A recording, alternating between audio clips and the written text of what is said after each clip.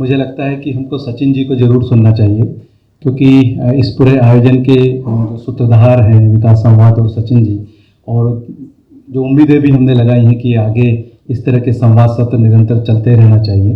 तो एक तरह से दोनों दिनों के निचोड़ के रूप में या भविष्य की वे फॉरवर्ड के रूप में सचिन जी को सुनना बेहतर होगा। मैं उन्हें आमंत्रित करता हूँ।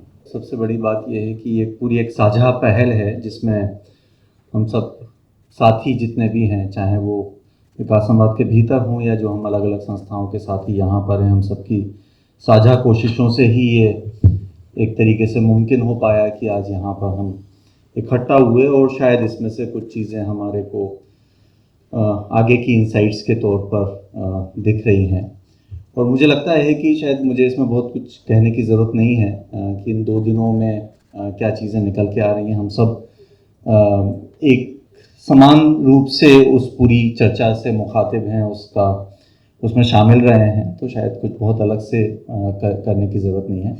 लेकिन जिस मकसद से हम लोग इस पूरी प्रक्रिया को संचालित कर रहे हैं, मैं उस हिसाब से ही थोड़ी बात रखना चाहता हूँ कि इस प्रक्रिया को चलाने के 2 महत्वपूर्ण आयाम हैं। एक आयाम तो निश्चित रूप से जो हम विषय के बारे में बात कर रहे हैं, विषय है खाद्य सुरक्षा और खेती का सवाल, वो हमारे लिए यहाँ पर एक रेफरेंस का बिंदु है। और वो कृषि को और खाद्य सुरक्षा को लेने का मकसद यही रहा कि वो एक महत्वपूर्ण विषय है, इसलिए उसको एक संदर्भ के तौर पर यहाँ पर लेने के बारे में विचार किया। और ये जो कहानियों वाला जो भी सिलसिला था, उस सिलसिले को भी शामिल करने के पीछे का मकसद यही था कि इस विषय को हम महत्वपूर्ण मानते हैं। लेकिन इस विषय को लेने के पीछे का जो और महत्व है वो है कम्युनिकेशन और स्टोरी टेलिंग का मकसद। क्योंकि प्राथमिक मकसद शायद विकास संवाद जो है वो खेती, कृषि या उस तरीके के विषय को लेकर के शायद उसका प्राथमिक रूप से अधिकृत शायद इंस्टीट्यूशन नहीं होगा।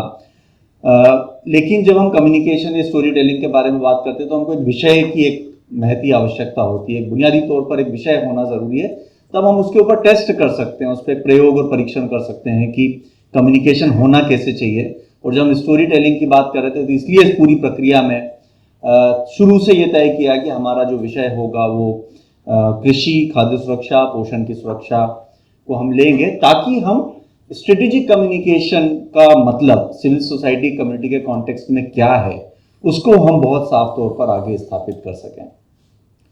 और ये पूरी जो बातचीत है और इन दोनों को जोड़ने की कोशिश का भी जो उद्देश्य रहा वो यही रहा कि हम ये देख पाएं कि कोई भी विषय एक तरीके से संवाद के नज़रिए से, कम्युनिकेशन के नज़रिए से कितना महत्वपूर्ण हो सकता है। और उस विषय के ऊपर जो चर्चाएं हुई उनके अलग अलग आयामों से हमको ये बात बहुत स्थापित तौर पर समझ में आती है कि जब हम एक विषय को लेते हैं तो उसके कितने विविध आयाम हो सकते हैं। और उन आयामों को समझना इसलिए ज़रूरी है ताकि उस जो स्टोरी की हम बात कर रहे हैं, जिस कहानी की, जिस कथानक की हम बात कर रहे हैं, उस कथानक को प्रभावी ढंग से स्थापित किया जा सके। नहीं तो ये इस पूरी प्रक्रिया में हम जानते हैं कि एक तो वैज्ञानिक पक्ष होता है, तो शायद वो वैज्ञानिक पक्ष को भी हमको जानना ज़रूरी है। उसका एक राजनीतिक पक्ष होता है विषय का, उस राजनीतिक पक्ष को जानना ज़रूरी है। उसका स्वाभाविक तौर पर एक आर्थिक पक्ष है, उस आर्थिक पक्ष को जानना ज़रूरी है। उसका एक सामाजिक पहलू और सामाजिक आयाम है, उसको जानना ज़रूरी है। विषय कोई भी हो, उसका एक सांस्कृतिक पहलू भी है, उस सांस्कृतिक पहलू को भी जानना ज़रूरी है। इन पहलुओं को जाने बिना शायद हम अपने वक्तव्य को या अपनी कहानी को या अपने संदेश को हम बहुत समग्रता में और पूर्णता में शायद स्थापित नहीं कर सकते हैं।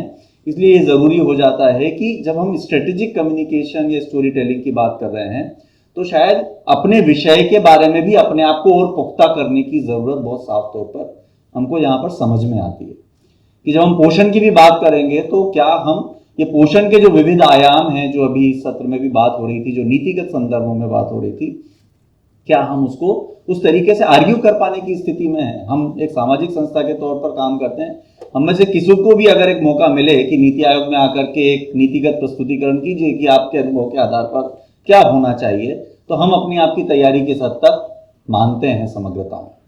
वो शायद पहलू बहुत महत्वपूर्ण तौर पर हमारे उसमें निकल के आता है कि हम अपनी तैयारी कैसे करें। ये एक बिंदु था। दूसरा बिंदु जो निकल के आ रहा है कि जो मुझे पूरी बातचीत से और एक थोड़ी समझ अपनी मेरी जो निजी तौर पर बनी उसको मैं सामने रखना चाहता हूँ कि जब हम स्ट्रेटेजिक कम्युनिकेशन के बारे में बात कर रहे हैं तो इसके तीन अलग अलग पहलू मुझे लगता है कि उभरते हुए दिखाई देते हैं। पहला संदर्भ जो है वो सिविल सोसाइटी ऑर्गेनाइजेशन के संदर्भ में वो सेल्फ का एलिमेंट है, स्वयं का। क्योंकि हम में से हर व्यक्ति जो यहाँ पर है वो एक विचार, एक नजरिए, एक मोटिवेशन के कारण से यहाँ पर है या इस भूमिका के साथ जुड़ा हुआ है। तो इसलिए वहां पर सेल्फ बहुत महत्वपूर्ण हो जाता है कि कोई भी चीज जब होती है तो वो कहीं ना कहीं से पूरा हमारा जो मानव इतिहास है उसमें भी कोई भी ऐसा नवाचार या कोई भी बदलाव संस्थाओं से या संगठनों से या सामूहिक तौर पर नहीं हुआ। कोई भी बदलाव, हर बदलाव जो शुरू हुआ वो व्यक्ति से ही हुआ। तो वो जो सेल्फ का एलिमेंट है, जो स्वयं का एलिमेंट है, क्या मुझे अपने होने का मकसद पता चल रहा है, क्या मैं किस मोटिवेशन के कारण से इस भूमिका में हूं, वो भूमिका। और हमको बहुत सारी कहानियों में वो मोटिवेशन वाला एलिमेंट साफ तौर पर दिखाई देता है कि किस तरीके की चुनौतियां या सीमाएं हो सकती हैं। उसके बावजूद कई सारे साथी जो है वो अलग अलग तरीके की भूमिकाएं निभा रहे हैं। उसका पर्पस क्या है, हमारे होने का पर्पस क्या है और हमारी भूमिका का पर्पस क्या है, हमारा सपना क्या है, हम क्या एक्चुअल वास्तव में जो है वो क्या सपना लेकर के चल रहे हैं जिसको हम साकार करना चाहते हैं। हमारा अपनी भूमिका के संदर्भ में एक रियलाइजेशन क्या है, क्योंकि हम जो कर रहे हैं उसमें एक साफ बात यह है कि उसमें एक साझापन होना बहुत जरूरी है कि हम जो करेंगे उसका असर व्यापक समाज के ऊपर पड़ेगा। अगर कुछ और हम निजी तौर पर कुछ और कर रहे हों तो शायद उसका असर जो है वो सीमित दायरे तक होगा। आज हम एक नीति बनवा लें, मान लीजिए किसी भी कारण से, किसी भी कोशिश से, तो उस नीति के बन जाने का मतलब क्या है कि उसका असर जो है वो लाखों और करोड़ों लोगों के ऊपर पड़ने वाला है। तो इस भूमिका की एक जो बहुत गहरी संवेदनशीलता है कि हम बहुत आसानी से किसी के बारे में भी नीति बनवाना, कानून बनवाना, गाइडलाइंस बनवाना जिसके बारे में हम कह देते हैं, लेकिन क्या हम वास्तव में उसको परखते हैं कि इसका असर क्या होने वाला है, उसके बारे में हमारी तैयारी क्या होती है। इसलिए वो रियलाइजेशन होना बहुत जरूरी है कि हमारे काम के होने की संवेदनशीलता और उसकी व्यापकता क्या हो सकती है। वो एक बहुत इंपॉर्टेंट एलिमेंट इसमें दिखता है। इमोशंस एक बहुत प्रभावी हिस्सा है कि जब हम सेल्फ की बात करते हैं तो हमारी अपनी संवेदनाएं किस रूप में हम उसको पहचानते हैं, इस बात को देखना जरूरी है। और एक सेंस ऑफ कलेक्टिविज्म, जब हम सेंस ऑफ कलेक्टिविज्म की बात करते हैं तो इसका मतलब यह है कि फिर उसके बाद जो निर्णय लिए जाएंगे या जो अगला कदम उठाया जाएगा उसमें यह बात क्लियर होना जरूरी है कि मैं का स्थान कितना होगा और कलेक्टिविज्म का या एक सेंस ऑफ कलेक्टिव होने का, सेंस ऑफ कलेक्टिवनेस का जो है वो स्पेस हम कितना मेंटेन कर पाएंगे, या हम हमारी अपने निजी हित, निजी संवेदनाएं, निजी भावनाएं वो प्राथमिक होंगी। शायद ये जो सेल्फ वाला एलिमेंट है वो एक बहुत महत्वपूर्ण निकल के आ पाता है, क्योंकि वो शायद रिफ्लेक्ट करने की जरूरत है। दूसरा जो आयाम है वो सब्जेक्ट का या थीम का है, जिस विषय के ऊपर हम काम कर रहे हैं, उसकी सिचुएशन एनालिसिस की बात कर रहे हैं। वो प्रॉब्लम क्या है, उस प्रॉब्लम के कारण क्या है, उसके मूल कारण क्या है, social, political, economic, cultural aspects क्या हैं, उसका एनालिसिस हम किस तरीके से करते हैं, उसके बारे में हम खुद अपडेट कितना है। शायद जिस तरीके की परिस्थितियां चल रही हैं उसमें स्थितियां बहुत सारी बदल रही होती हैं, तो हम उसके बारे में कितना अपडेट हैं, क्या हम उसको अध्ययन कर रहे हैं, क्या हम उसके बारे में जान रहे हैं, वो चीज़ एक बहुत महत्वपूर्ण हिस्सा निकल के आता है। हम अपनी जो सीखे हैं, जो लर्निंग्स हैं, क्या उनको कैप्चर कर रहे हैं। तो जब हम सब्जेक्ट वाले एलिमेंट की बात करते हैं तो शायद ये दो चीज़ों को, दूसरे हिस्से को तैयार करने की बात है। और तीसरा हिस्सा जो कल बातचीत से निकल के आया था और जो खासतौर पर जयदीप भाई ने जिस बात को आगे लेके गए थे, वो बात है इस पूरी प्रोसेस में वैल्यूज और एथिक्स की। शायद वो एक बहुत महत्वपूर्ण पहलू है कि ट्रूथफुलनेस जो है, वस्तुनिष्ठता और सत्यनिष्ठता दोनों का एक समान संदर्भ किस तरीके से वहां पर होगा। इंटीग्रिटी या सत्यनिष्ठा वाले पहलू को हम किस तरीके से देखेंगे, उसमें पूर्वाग्रह और धारणाओं से किस तरीके से मुक्त होकर के हम आगे देखेंगे। उसमें एक बहुत महत्वपूर्ण हिस्सा होगा एविडेंस बेस्ड होने का, कि वो जो बात है वो कितनी प्रामाणिक है, कितनी वास्तविक है। उस चीज को हमको देखने की बहुत जरूरत होगी। जब हम स्ट्रेटेजिक कम्युनिकेशन की बात करते हैं तो शायद जो कल से जो हमने तक कहानी सुनी उसमें बहुत महत्वपूर्ण पहलू है वो सहजता और सरलता का, कि वास्तव में वो कितना जो है वो वास्तविक है, कितना सहज है और कितना सरल है।